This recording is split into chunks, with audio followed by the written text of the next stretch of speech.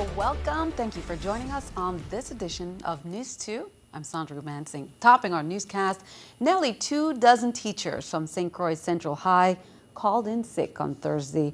Union leaders say it wasn't a job action they organized, but rather some teachers were physically ill because of the high temperatures in the classrooms. News 2's Erica Parsons has details. Classroom temperatures at St. Croix Central High this week numbered in the 90s.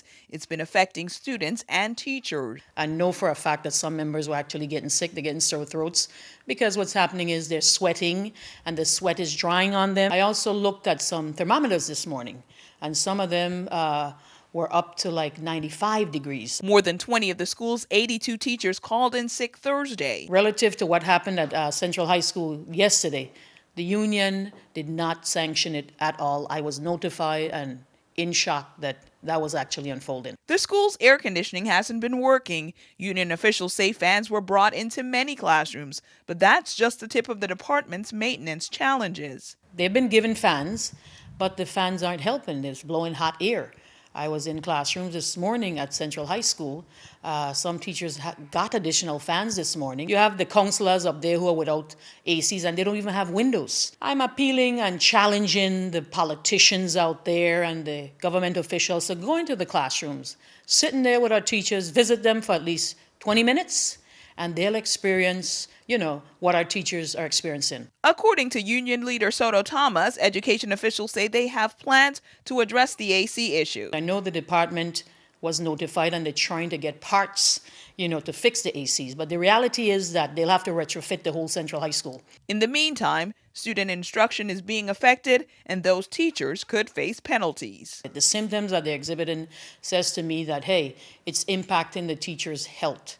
And it's also impacting instruction of our students. I don't think it's fair that they're being threatened that they're going to be docked when they definitely have legitimate reasons, and I'm sure they'll furnish their doctor's note, and the union will take it from there. Should an action occur where they're docked and there's a reason to proceed with a grievance. Erica Parsons, News 2.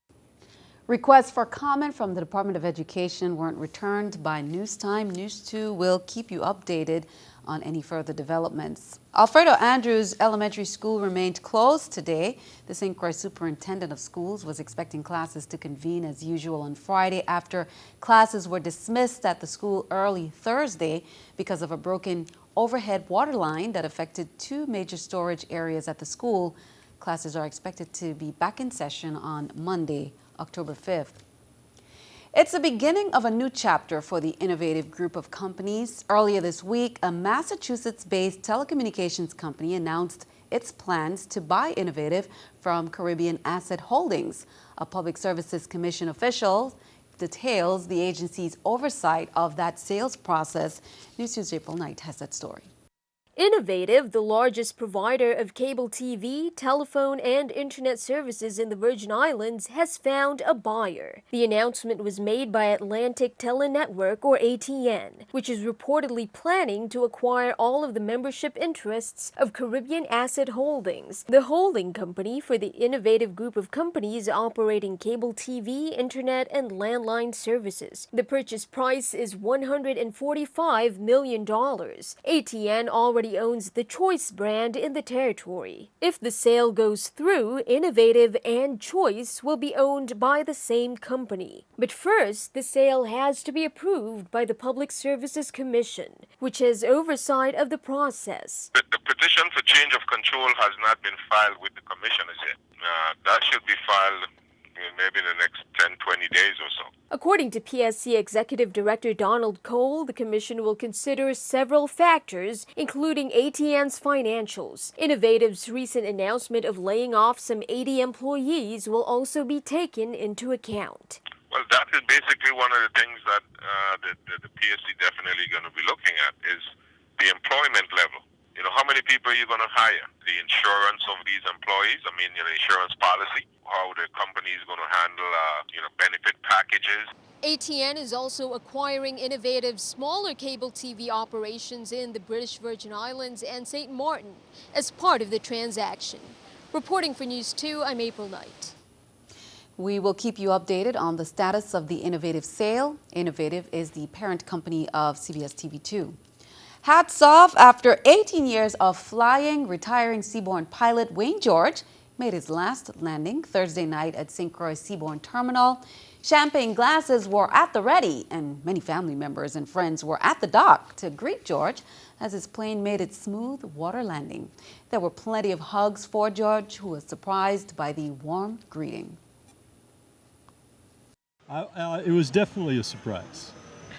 Definitely a surprise? Yeah. People came a long way. I didn't think they would make it. I didn't know they were going to make it. Big congrats to Pilot George. In other news, police say an arrest has been made in a 2013 Cokie Point homicide. On Thursday at 9 p.m., Craig B. King of Anna's Retreat was taken into custody on an arrest warrant issued by the Superior Court of the USVI for the homicide of Jumorsi Lewis. Lewis was one of two people murdered on October 14, 2013 at Cokie Point Beach during a large venue where several patrons became involved in a melee and one or more individuals began shooting. Akila Godet, a 35-year-old woman, was also murdered, while another victim received a gunshot wound to his leg. King's bail was set at $200,000. Well, one day after a mass shooting erupted on a quiet college campus, a community is grieving. Authorities say Chris Harper Mercer shot and killed 9 people at Umpqua Community College. 9 more are injured. The shooter is also dead. Investigators say they have recovered 13 weapons related to the investigation, all purchased, they say, legally. Authorities believe the shooter, identified by other officials as Chris Harper Mercer, specifically targeted Christians during the rampage. People who knew Mercer remember he sometimes wore military-style outfits but was quiet. And all ask what could have motivated a shy 26-year-old to carry out a tragedy. Keeping our eye on the economy, here's the New York Stock Exchange with our stock market watch. Everything up, as we can see, the Dow 200, NASDAQ 80, S&P 500 27. Coming up on NEWS2, we have much more straight ahead for the lovers of ribs, an event coming up this weekend you may want to take part of.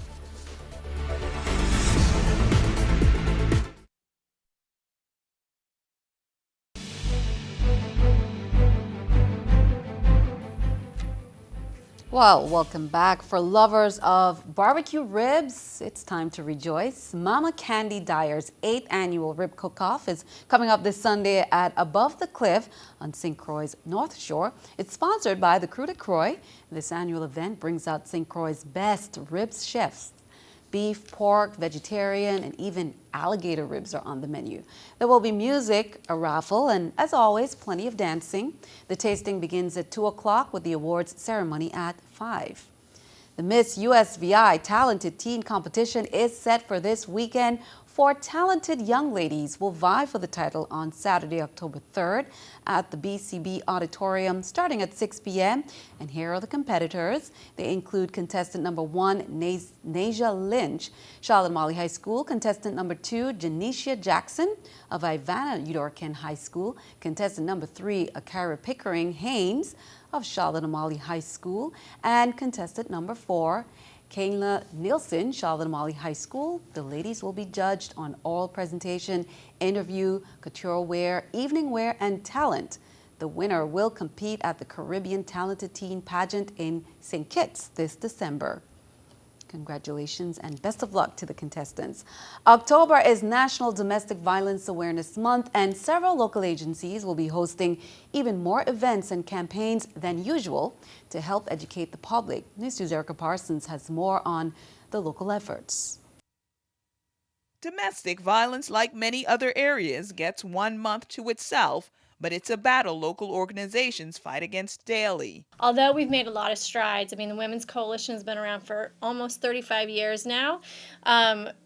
So many victims are still suffering in silence, and we want to be there for them. The Virgin Islands Domestic Violence and Sexual Assault Council, or DVSAC, has been focused on helping people form healthy relationships.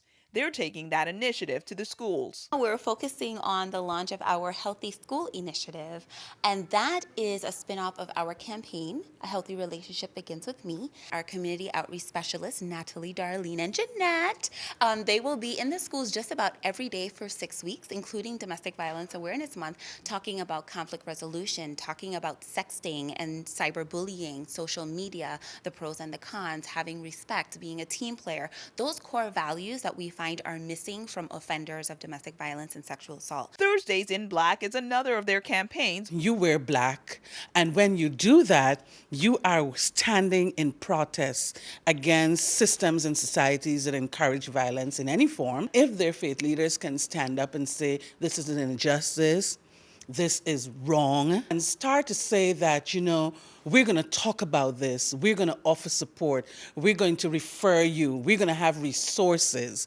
I think, and we all do think here at DVSAC, that is a good start. It's about dedicating our services to survivors with domestic violence, to remembering those who we've lost to domestic violence, and also just to bring awareness to the general community of all the work that the Women's Coalition does. Erica Parsons, News 2. And on Saturday, the Women's Coalition is holding their supermarket wish list campaign at Kmart West in Costules. That's when the community can donate items to help support domestic violence and other crime victims. We have an emergency pantry that we try to keep stocked so that a lot of times survivors are leaving. Sometimes it's just with the clothes on their backs and just a little bag perhaps with some diapers for the kids if they're children. And we try to keep these items on hand so that we can provide for them because, they have no means of support at this time. They're in crisis because they're escaping an abuser. And so if we have these items, we can help them to feel a little bit more comfortable. The University of the Virgin Islands is known far and wide for its strong marine sciences program, but soon the university could also be known for the study of astrophysics. Thanks to a grant from NASA, a solid physics degree program is within reach for undergraduate students in the territory. NEWS2's April Knight has more. The National Aeronautics and Space Administration, or NASA, has zeroed in on the University of the Virgin Islands, awarding it a $2.7 million grant to kickstart a 4-year physics degree program. NASA's Minority University Research and Education Program, and it's a 5-year program designed specifically to increase the infrastructure at a university, increase their ability to do NASA-inspired science. Dr. David Morris, physics professor at UVI, says it's great for physics-leaning students who'd rather finish their degree in the VI than head off to the States to graduate. Many of the students who are looking towards applying for transfers to the States want another option for whatever reason, whether it's family interest or financial interest or just wanting to stay on island. Getting the grant was not rocket science for Morris, who's been at the center of the university's relationship with NASA over the past several years. The location of the UVI's Edelman Observatory in this part of the globe has been instrumental to the agency. The grant monies would go toward hiring more physics faculty, state-of-the-art equipment, and upgrades to the Edelman Observatory. The grant will also be used to provide scholarships to eligible students. With the NASA grant, Morris is seeing a universe of possibilities.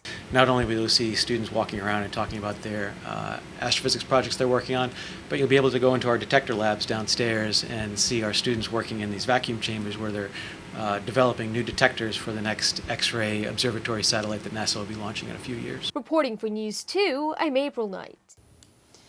And due to the forecast track of Hurricane Joaquin, Carnival Sunshine will be diverting to St. Thomas on Tuesday, October 6th. And that ship was originally scheduled to call on Bermuda. The 3,400 passenger cruise ship will berth at the Waiko dock at 8 a.m. and depart at 6 p.m. for Grand Turk. The Carnival Glory and Norwegian Getaway also will be in port at the Waiko dock on October 6th. If you were up Thursday night on St. Thomas, you must have felt that 3.4 magnitude earthquake. And according to the U.S. Geological Society, the epicenter was a little more than 100 kilometers north of Puerto Rico. No significant damage was reported in the area. And we heard some rumbling of thunder earlier. Bernie is standing by with the latest on the weather. We'll be right back.